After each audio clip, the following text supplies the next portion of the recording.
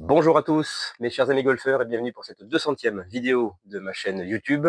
Une vidéo aujourd'hui qui continue cette exploration que je mène sur le design des têtes de fer, avec un aspect historique qui permet de mieux comprendre d'où l'on vient, où on se situe en 2025, et puis qui permettra peut-être d'entrevoir le futur du design des fers dans une prochaine vidéo.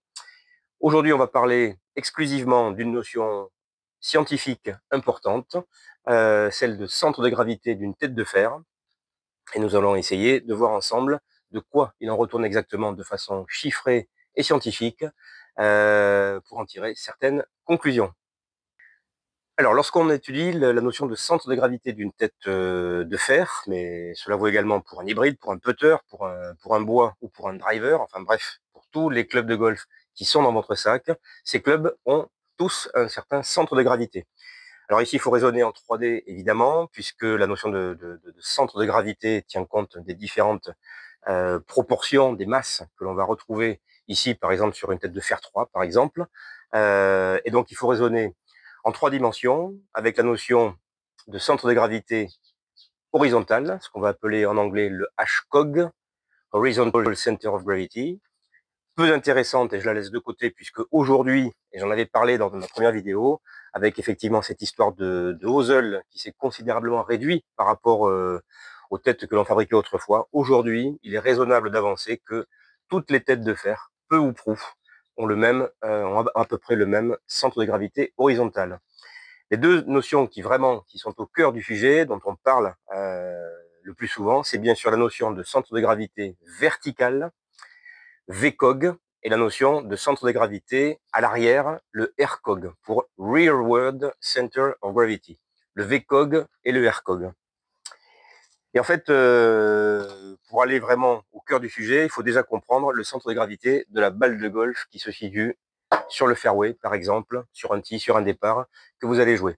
Une balle de golf à certaines dimensions, qui ont changé d'ailleurs au cours de l'histoire du golf, mais peu importe. Aujourd'hui, le centre de gravité d'une balle de golf, je vais m'exprimer en pouces, est de 0,840. Je l'ai marqué quelque part, ce qui correspond, si on fait vite la conversion en millimètres, à 21,3 millimètres.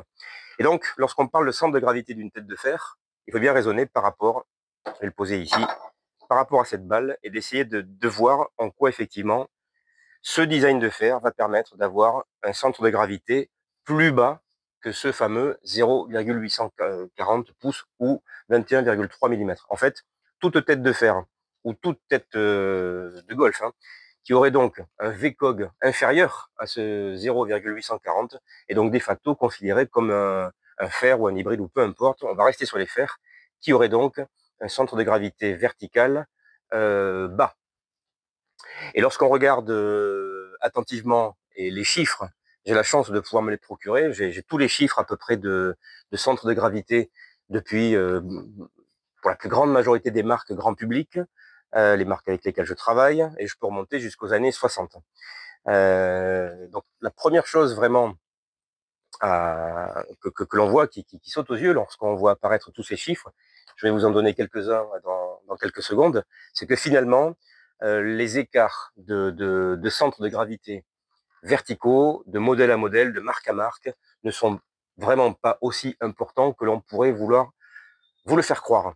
Je l'ai dit donc, toute tête de fer ayant un centre de gravité vertical inférieur à 0,840 est de facto considéré comme un centre de gravité bas.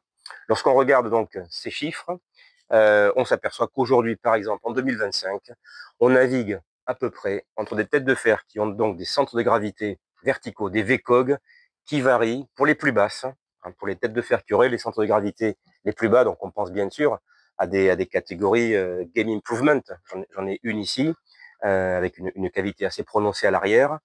On tombe sur des centres de gravité verticaux allant à peu près à 0,715.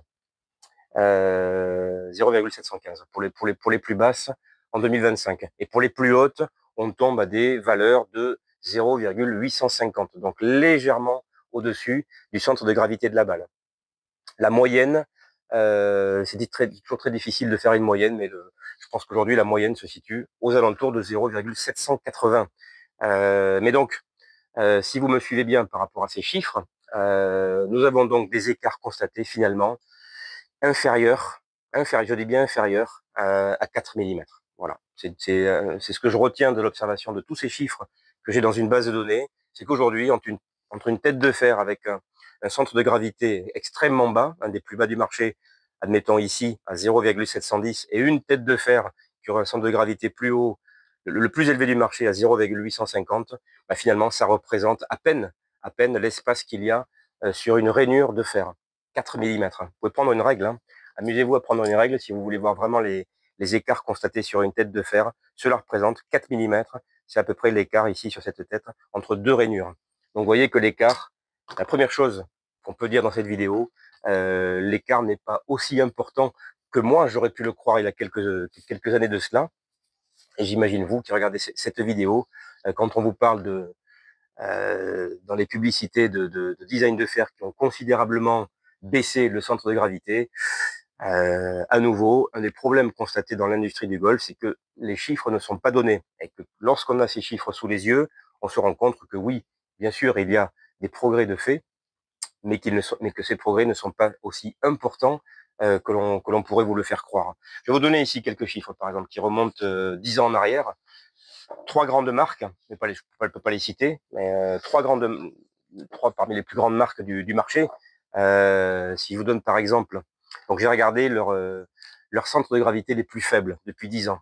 Première marque, en 2015, ils avaient un centre de gravité de 0,745.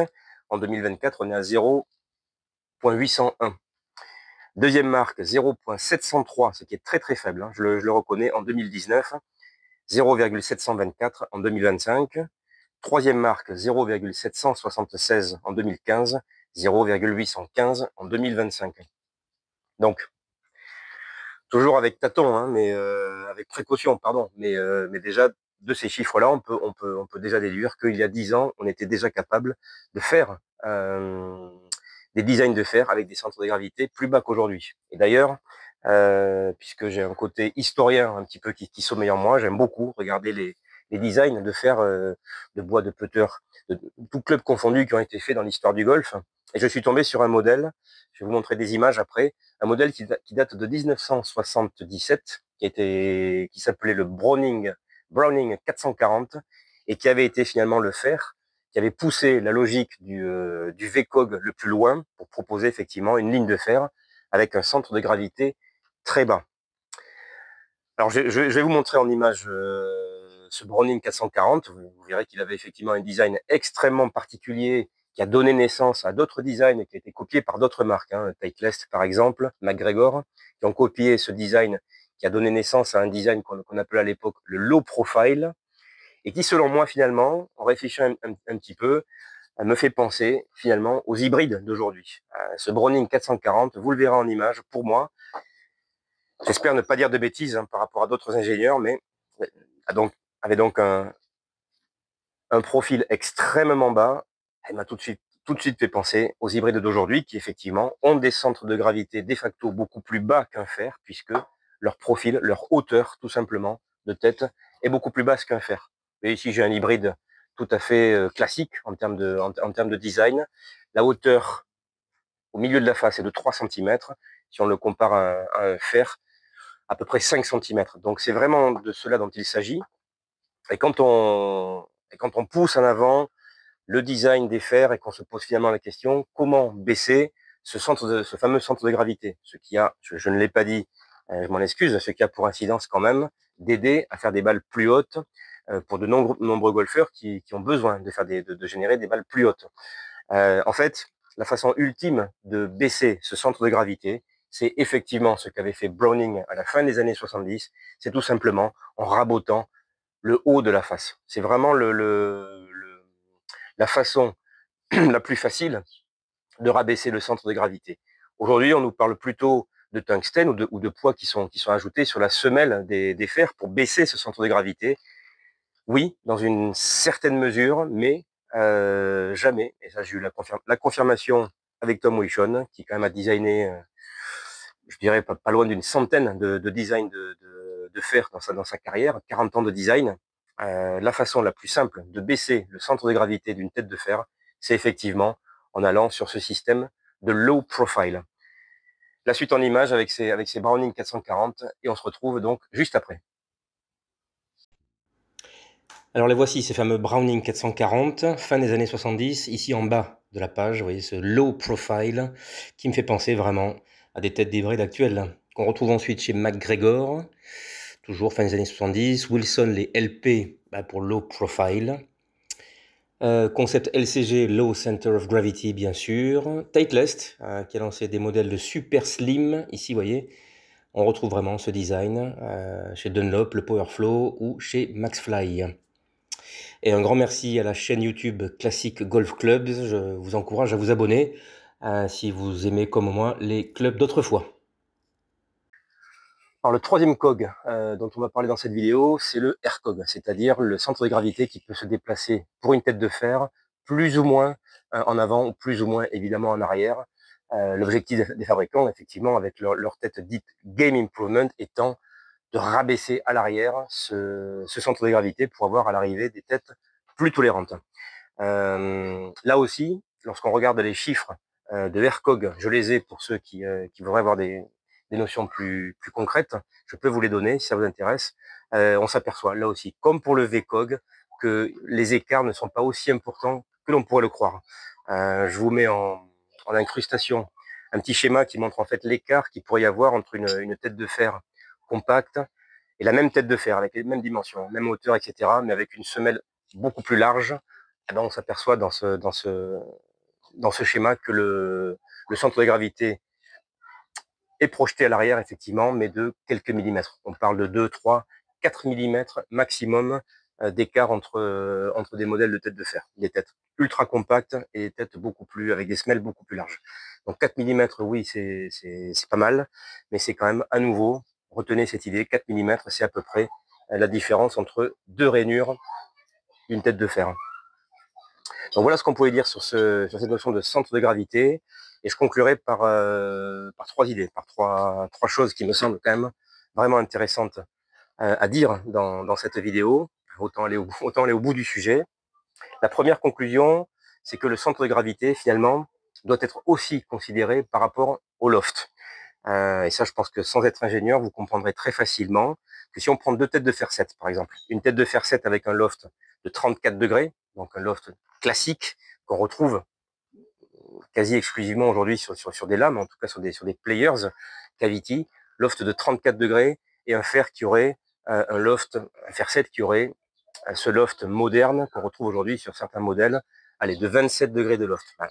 Entre un 27 degrés de loft et un 34 degrés de loft, de facto, c'est le 34 degrés de loft, donc la lame qui a donc de facto le centre de gravité le plus en arrière des deux. C'est une équation tout à fait logique. Et par rapport à ça, donc, cela continue de m'interpeller par rapport à cette évolution historique de la fermeture des lofts sur les fers, constatée depuis 10 ans. J'avais fait une vidéo à ce sujet, et oui, j'avais vu parmi les arguments de ceux qui disent que les fabricants ont fermé les lofts parce que justement les centres de gravité étaient de plus en plus bas. Donc pour compenser quelque part les deux, si vous avez suivi un petit peu ce que je vous ai raconté dans cette vidéo, j'avoue que cet argument ne me convainc pas du tout. Ne me convainc pas du tout. Ça, c'est la première chose que je voulais dire. Deuxième chose importante à dire aussi, lorsqu'on sort un petit peu des aspects chiffrés, factuels, scientifiques du centre de gravité, dire que tous les golfeurs ne sont pas au même niveau. C'est-à-dire que tous les golfeurs n'ont pas du tout, pour certains, la même vitesse de club. Et que la vitesse de club va avoir une influence à l'arrivée sur la performance attendue d'un centre de gravité plus ou moins bas. Autrement dit, un joueur qui générerait, admettons, 90-95 miles à l'heure de vitesse avec un fer 7, 95 miles à l'heure, je pense que c'est à peu près la moyenne des très bons joueurs sur le circuit, entre 95 et 100. De facto, lorsqu'on lui donne une tête de fer avec un centre de gravité plus bas, va avoir des écarts sur le launch, sur le spin, beaucoup plus importants qu'un joueur d'une vitesse standard, d'un fer 7, allez, qu'on va situer à peu près à 80 miles à l'heure. Vous voyez, 15 miles à l'heure d'écart de vitesse vont générer évidemment des différences beaucoup plus importantes par rapport à cette notion de centre de gravité. Donc ça, c'est, je pense, important à rappeler.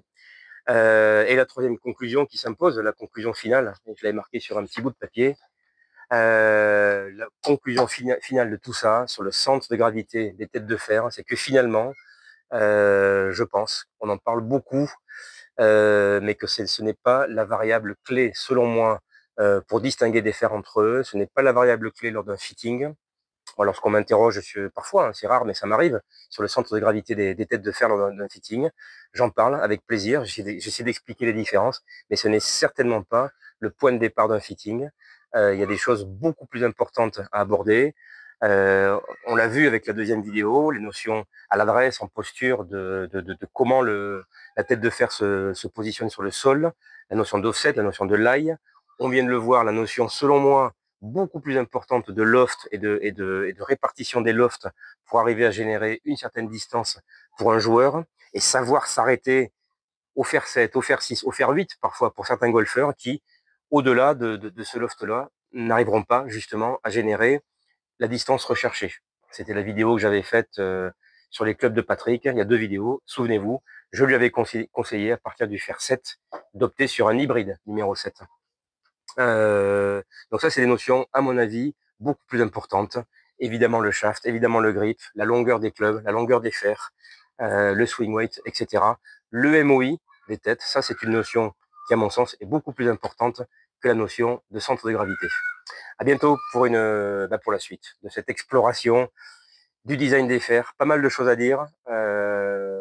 Et en tout cas, si vous avez des questions, vraiment, si vous avez des envies particulières de vidéos, n'hésitez pas à me les soumettre dans les commentaires. Arnaud, fais-nous une vidéo sur telle thématique. Dans la mesure du possible, j'essayerai. À très bientôt et bon mois d'août pour ceux qui sont en vacances. Allez, chats!